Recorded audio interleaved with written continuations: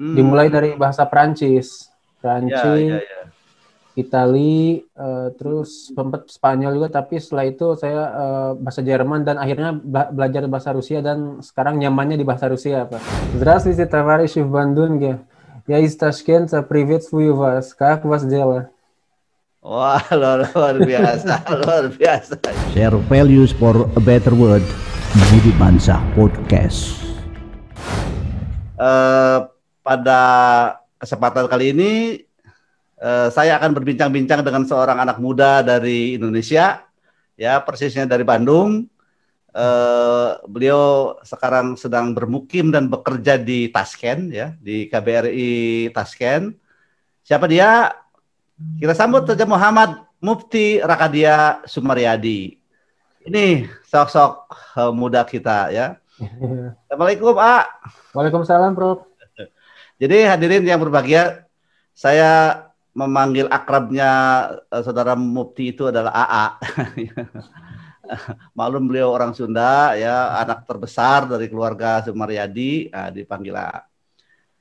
Terima kasih, A, bisa gabung di podcast Bapak kali ini. Ya, terima kasih juga atas undangannya, Prof. Jadi Tashkent sekarang sudah mulai ini ya, agak menjelang hangat ya. Ya, mulai musim semi bentar lagi. Seminggu lagi udah masuk musim semi. Dan teman-teman keluarga besar di KBRI Tashkent sehat-sehat ya, Pak Dubes. Alhamdulillah semuanya sehat. Sehat. Nah, jadi sangat beruntung nih Bapak bisa bincang-bincang nih seputar sosok Mufti ya. Oleh karena itu dilihat dari CV ya, kita sangat kagum. Tapi walaupun demikian, coba supaya ada inspirasi bagi teman-teman ya, para sahabat, terutama anak-anak muda kita, bisa cerita deh masa kecil Mufti itu gimana? Sebab dilihat dari perjalanan hidup itu tampaknya itu sejak SD SMP tuh di Jepang juga ya. Iya betul, Prof. Cerita deh. Silakan. Siap. Ya, jadi saya sebenarnya baru usia 4 tahun udah pindah ke Jepang, Pak. Ya. Tahun 2001 itu saya pindah ke Jepang. Awalnya saya di Indonesia, lahir di Bandung juga, di Soreang, Pak. Setelah itu tahun 2001 pindah ke Jepang, TK di sana, TK lokal Jepang, bahkan di daerahnya, bukan di ibu kota, Pak. Setelah itu masuk SD 6 tahun saya selesai di Jepang, dan SMP sempat 1 semester di SMP Negeri Jepang, setelah itu baru kembali ke Indonesia. Nah, uniknya waktu di Jepang ini saya di setiap sekolah yang saya belajar itu menjadi satu-satunya warga negara asing yang belajar di sekolah Jepang gitu, Pak. Jadi iya di sekolah Jepang ya, bukan di sekolah Indonesia ya? Iya, bukan di KBRI ya. Iya. Dan selain itu juga saya memanfaatkan kemampuan bahasa Jepang. Saya tertarik juga dari kelas 1 SD untuk belajar bahasa asing, Pak. Dimulai dari bahasa Prancis, Itali, terus sempat Spanyol juga, tapi setelah itu saya bahasa Jerman dan akhirnya belajar bahasa Rusia dan sekarang nyamannya di bahasa Rusia, Pak. Iya, betul. Ya, jadi para penonton ini Mufti ini sangat luar biasa ya, sangat kemampuan menguasai bahasa asing itu sangat banyak ya. Diawali dari memang sejak kecil bermukim di Jepang sehingga beliau fasih bahasa Jepang gitu ya. Dan menurut Mufti karena sudah menguasai bahasa Jepang yang paling sulit di dunia katanya. Jadi lebih mudah katanya mempelajari bahasa-bahasa asing yang lain. Jadi sekarang di jumlah itu udah berapa bahasa asing tuh yang dikuasai Mufti? Kalau saya sekarang yang kuasai itu ada sekitar 5 dan menuju 6 mungkin, Prof. Menuju 6? Menuju 6 ya. Apa yang terakhir ini? Yang terakhir bahasa Uzbek, Pak. Saya masih belajar sekarang. Oh, bahasa Uzbek. Jadi bahasa Uzbek itu apakah memang agak ada kemiripan dengan bahasa Rusia? Sebab dulu Uzbek kan dikuasai Rusia. Jadi memang di Uzbek sekarang semua orang bisa bahasa Rusia, hampir semua ya. Cuman secara tata bahasa dan secara rumpun bahasa Uzbek lebih dekat sama bahasa Turki, Pak. Oh ya, akibat memang Uzbek itu persisnya kan di Asia Tengah ya. Di Ya, Asia betul. Tengah yang memang dekat Turki gitu. Nah, jadi memang luar biasa talenta Mufti untuk mempelajari bahasa-bahasa itu. Jadi di samping bahasa Jepang, terus bahasa sekarang yang Korea. nyamannya yang Rusia ya. Rusia sudah Iya. sangat fasih ya, sangat fasih. Coba menyapa teman-teman di Bandung, teman-teman di Indonesia dengan bahasa Rusia. Здравствуйте, товарищи в Бандунге. Я из Ташкента, приветствую вас. Как вас дела? Wah, luar biasa, luar biasa ya. Luar biasa. Dan ada beberapa konten YouTube juga ya yang bercerita tentang Rusia. Itu Bapak lihat Rusia di bulan Mei bercerita apa? Oh, jadi Rusia di bulan Mei itu menceritakan tentang kegembiraan orang Rusia, Pak. Jadi dulu sejak zaman Soviet itu kan 1 Mei itu menjadi hari raya ya, Pak ya. Hari raya. Hari raya buruhnya. Kalau misalkan Oh di iya 1 Mei, negara lain, betul ya. ya itu biasa diwarnai dengan aksi-aksi untuk menuntut hak. Tapi kalau di Rusia itu orang-orang justru malah merayakan, jadi senang-senang, pesta-pesta di jalanan, menari, seperti itu, Pak. Sama di Uzbek juga sekarang 1 Mei, meskipun bukan hari merah, tapi meriah, Pak. Jadi tradisinya masih ada. Iya. Tradisi waktu bergabung dengan Rusia itu tetap ada ya. Ya. Terus juga kan Mufti juga fasih bahasa Korea ya. Korea bisa, Pak. Bahasa Korea, sehingga di konten YouTube pun banyak sekali konten-konten tentang Korea Utara ya. Bukan Korea Selatan. Iya, beda dikit. Ya. Itu salah satu di antaranya apa yang bisa dibagi itu di keunikan di Korea Utara.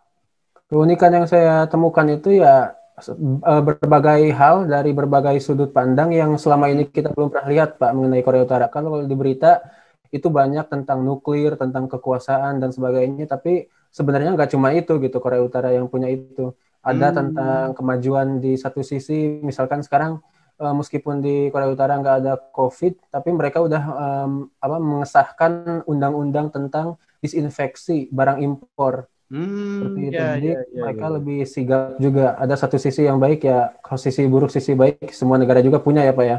Iya. Dan juga seperti meskipun mereka dilarang internet di sana, tapi paling tidak di sana ada intranet, jaringan internet dalam negeri dan juga Iya. Terus memang bahasa Korea itu baik di utara maupun di selatan memang sama ya, persis. Ada perbedaannya, Pak. Ada perbedaannya.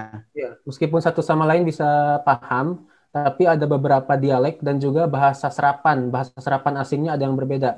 Karena kan dulu secara politik Korea Selatan lebih ke Amerika, Korea Utara lebih ke Rusia ya. Jadi bahasa serapannya pun kalau di Korea Utara lebih banyak mengadopsi dari bahasa Rusia. Sedangkan di Korea Selatan lebih banyak mengadopsi dari bahasa Inggris, seperti itu. Contoh misalnya kalau kita jumpa dengan orang Korea kan annyeong haseyo. Terus kalau di utara gimana? Lebih banyak annyeong hasimnika. Oh, annyeong hasimnika. Annyeong hasimnika. Dua-duanya sama. Lebih sering orang Korea Utara itu lebih banyak pakai bahasa sopan. Oh iya, lebih sopan ya, lebih bahasa sopan. Mungkin akibat mereka kan sangat bukan tradisional, tapi sangat memuja ya leluhur gitu ya. Iya, tradisi.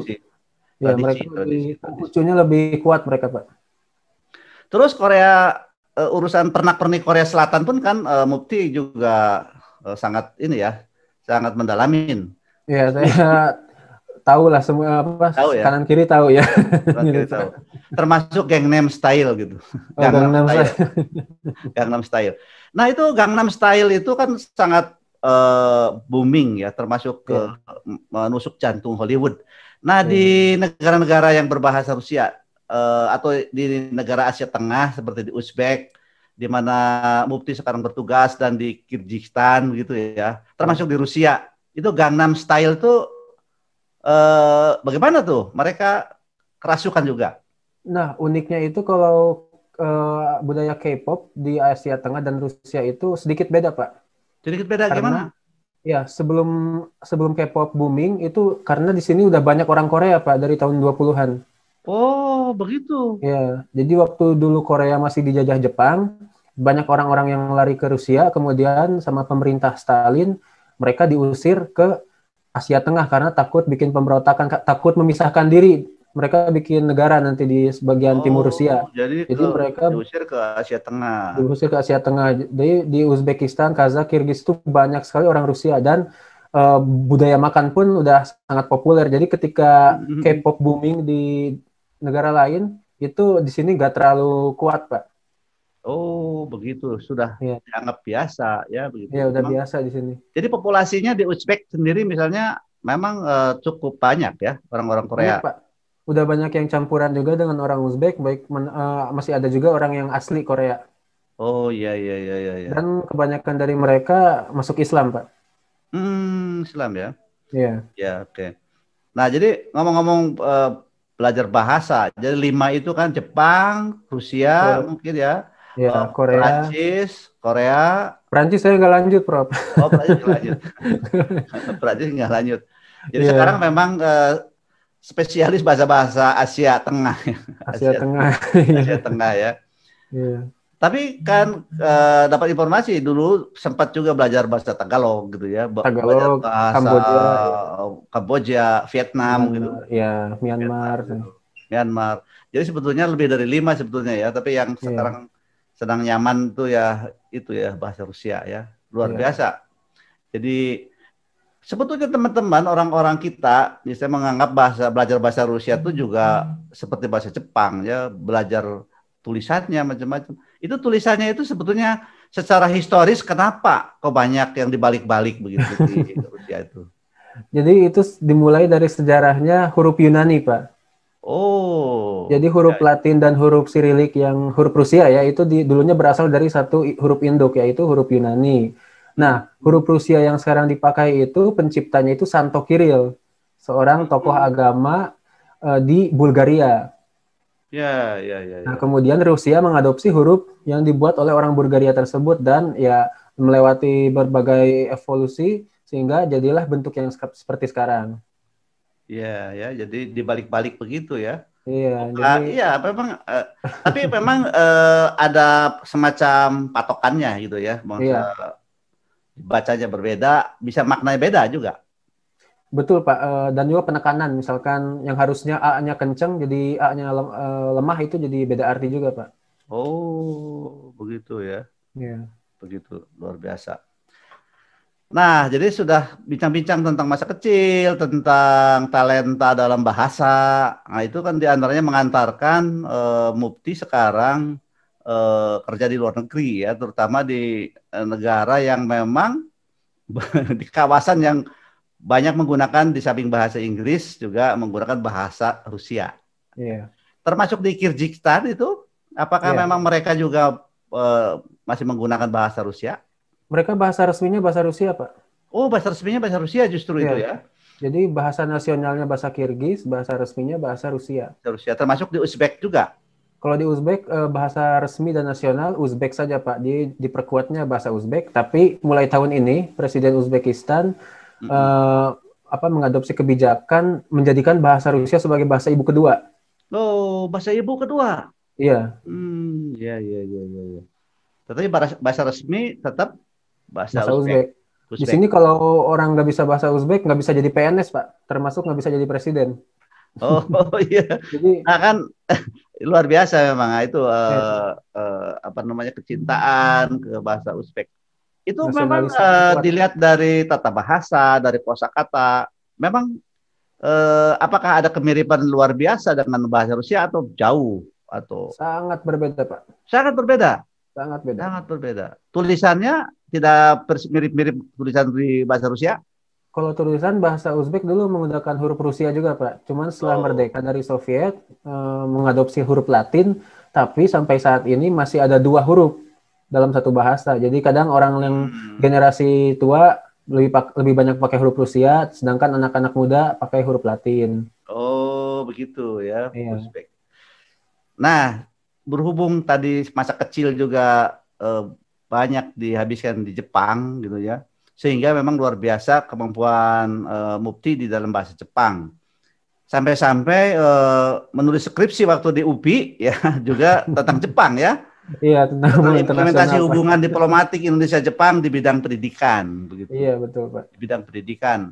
Nah, waktu itu apa yang menginspirasi Mufti apa namanya menulis tugas akhir tentang itu? Apa memang punya cita-cita jadi diplomat kan dulu itu ya? Ada dua alasan, Pak. Yang pertama betul cita-cita jadi diplomat, Pak. Ya, Yang kedua itu karena selama ini kan banyak sekali ya hubungan kerjasama Jepang Indonesia di bidang pendidikan tuh bisa udah nggak kehitung lah, Pak. Lewat JIPA, lewat Japan Foundation.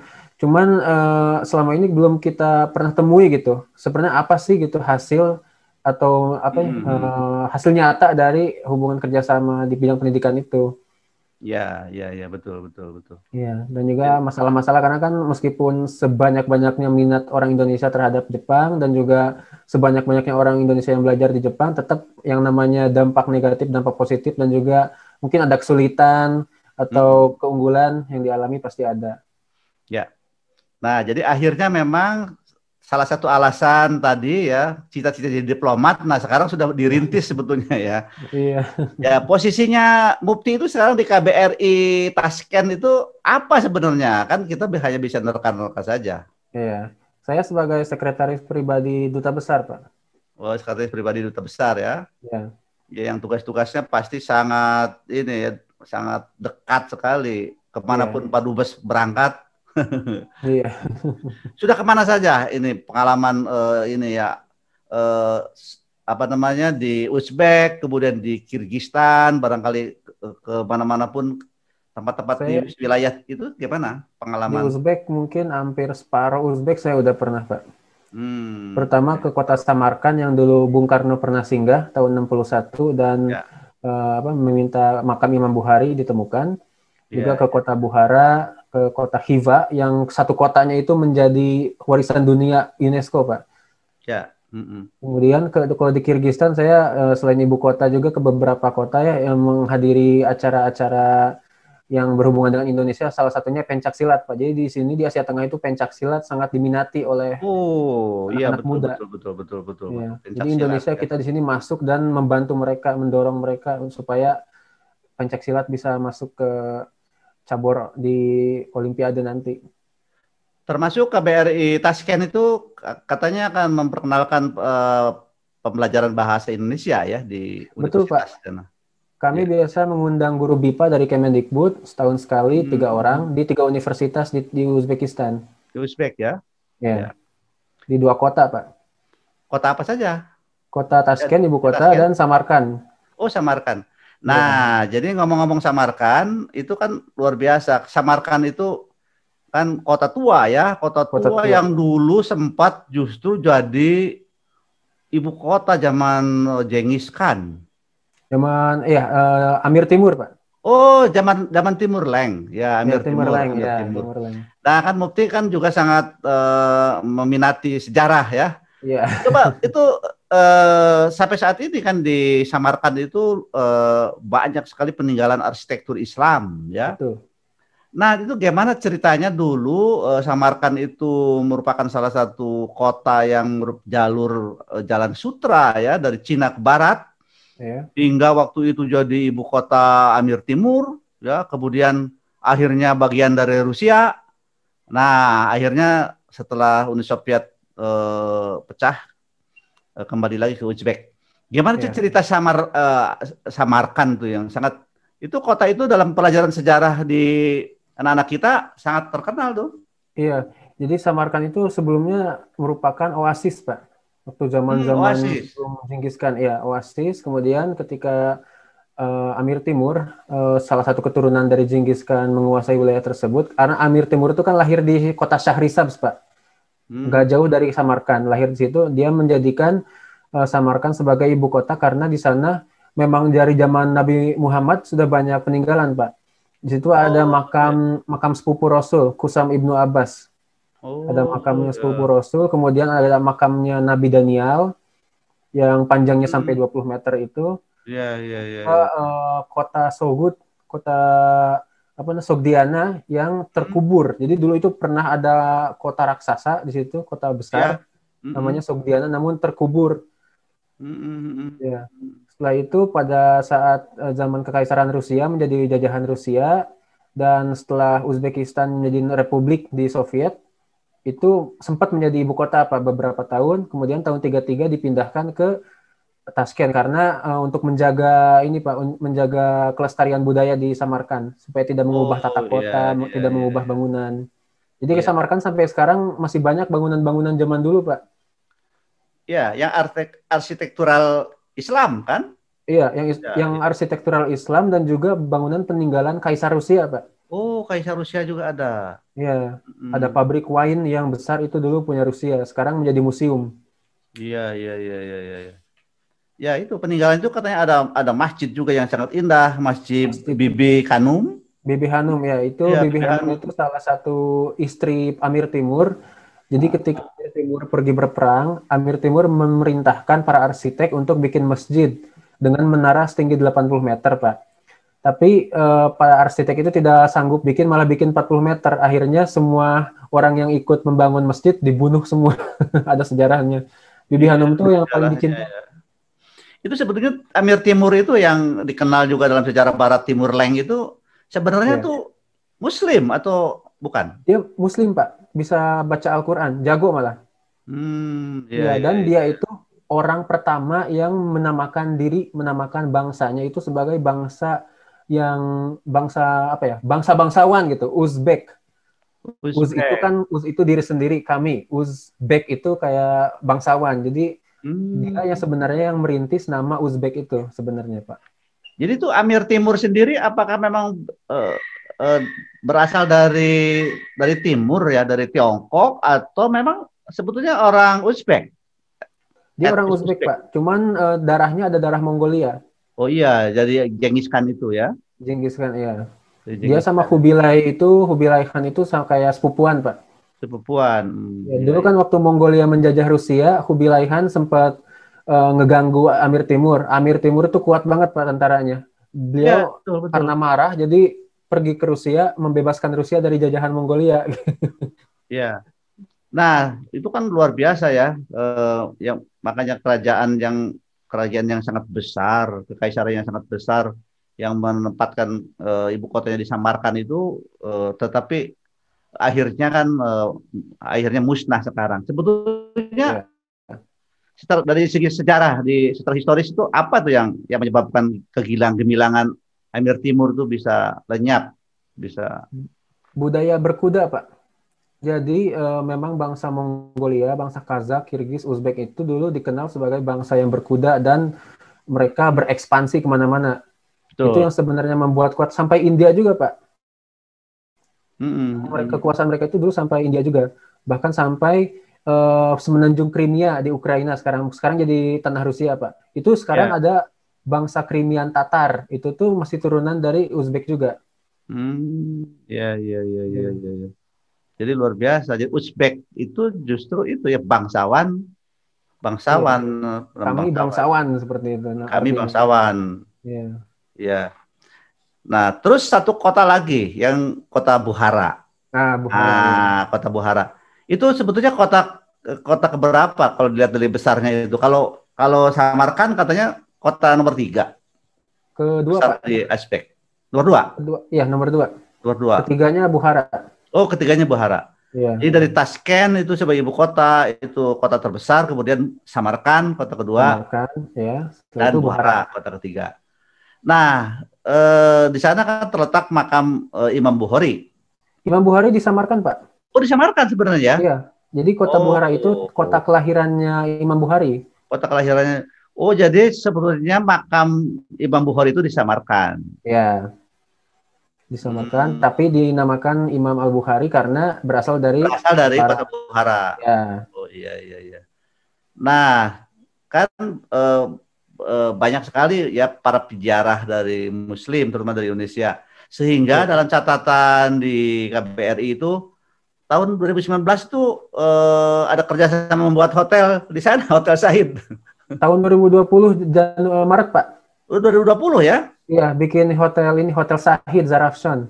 Iya, Zahid Zarakson itu Dan kerjasama ada dengan. satu lagi di Samarkand juga, kami membangun juga Oh, atas ada di hotel. Samarkand sekarang ya? Ada persis di seberang makam Imam Al-Bukhari. Ya, oh begitu. Jadi memang hotel hotel Sahid itu dibangun di Bukhara juga di Iya, Samarkand sudah ini ya iya, sudah luar biasa. Jadi kerjasama apa namanya mempererat kerjasama ya antara Indonesia dan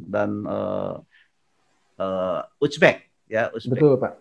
Termasuk katanya Pak Duta Besar sudah mulai apa memperkenalkan Indonesia. Ditempel di bus-bus di sana ya tentang Iya, Wonderful Indonesia.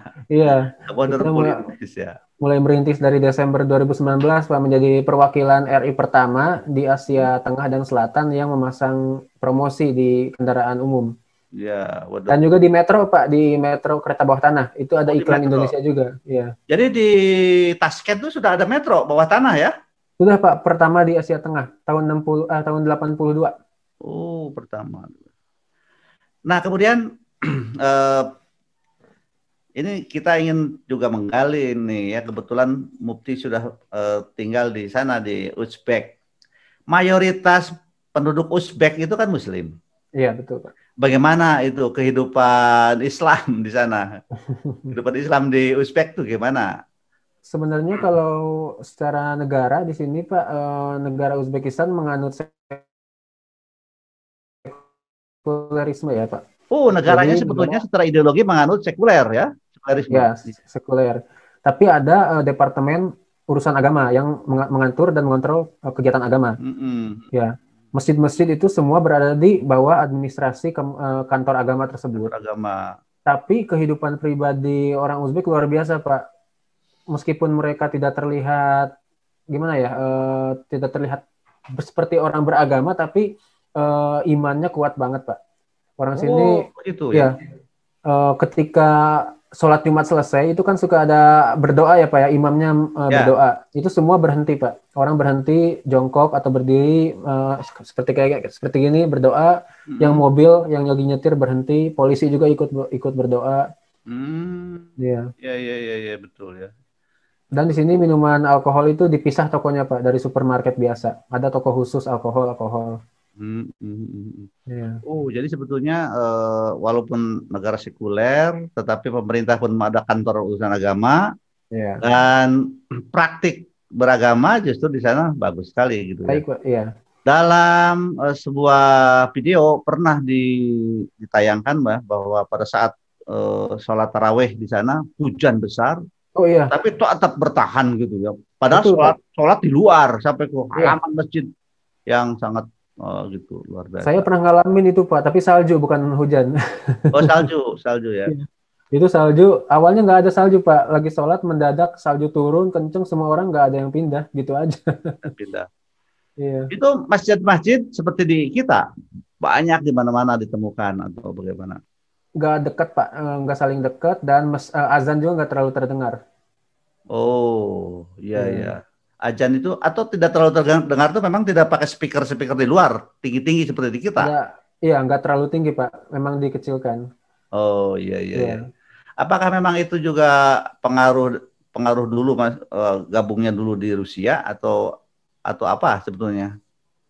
Kalau pembatasan terkait agama itu lebih banyak setelah merdeka justru Pak, waktu presiden pertama. Setelah merdeka ya? Iya, dulu waktu zaman Soviet itu orang-orang azan itu dari menaranya langsung. Tapi setelah merdeka kebanyakan azan-azan dilarang. Bahkan baru tahun 2017 baru boleh azan di speaker. Dan juga waktu zaman presiden pertama itu cadar, kerudung panjang itu belum boleh Pak. Sekarang udah mulai banyak orang-orang pakai. Lebih banyak ya. Tetapi memang anak muda-mudi itu tampak kesana kemari juga tanpa kerudung gitu ya? Atau tanpa Pak. Tanpa kerudung. Masih jarang. Iya. Iya masih jarang. Oke, nah sekarang pindah ke Kyrgyzstan. Iya. Itu katanya dilihat dari namanya Kirji itu dari bahasa Turki katanya tuh mensimbolkan 40 pahlawan dulu yang bertemu dengan Uighur. Gimana cerita sejarahnya tuh? Iya, jadi berasal dari kata Kirk ya. Kirk itu kan 40. 40. Iya, jadi dulu ya memang ada, kalau bangsa Uighur itu kan sebenarnya campuran antara etnis Tionghoa dengan Arab, Pak. Itu Jadi Uighur itu sekarang persisnya di negara apa tuh? di Di China, Cina, Pak. di Di Cina, China ya. China China di cuman selatan, banyak provinsi selatan ya. di Xinjiang ya, di provinsi Yang, Xinjiang. Ya, iya, iya, dan iya, iya. mereka memang dulu kan bangsa berkuda ya, bangsa Kirgiz, Kazakh itu, jadi mereka banyak sekali peperangan. Bahkan dulu belum ada perbatasan negara seperti sekarang, Pak. Ya, jadi memang banyak pertempuran dan orang-orang yang bertahan di tanah yang sekarang itu disebut bangsa Kirgiz. Kirgiz. Tapi Oh, dulu iya, iya. Kirgiz itu justru menyebut orang-orang Kazakh, Pak. Jadi dulu ketuker namanya waktu zaman Soviet. Oh, Waktu sebelum zaman Soviet itu orang Kirgiz itu disebut orang-orang yang mengembala di sekitar Laut Kaspia. iya, iya, iya. Sedangkan yang berada di daerah Kirgiz sekarang itu disebut orang Turkistan Barat sama Turkistan Timur. Turkistan Timur sebut orang Uighur. Begitu. Namun Iya, waktu iya. pemerintah Soviet memetakan Asia Tengah, memberikan perbatasan negara, nah baru di situ tertukar nama Kazakh sama Kirgiz gitu, Pak. Bisa begitu, ya. Iya. Bisa begitu. Jadi kalau kita melihat peta-peta tahun 20-an, 30-an itu, nama Kirgiz itu masih ada di sekitar daerah barat. Ya. Terus itu penduduknya sama seperti apa namanya, mayoritas Muslim juga atau Mayoritas Muslim, tapi secara etnis mereka lebih dekat ke Mongol, Pak. Lebih sipit. oh lebih sipit. Bahasanya lebih tapi bahasanya satu rumpun dengan Turki juga, mirip bahasa Uzbek juga.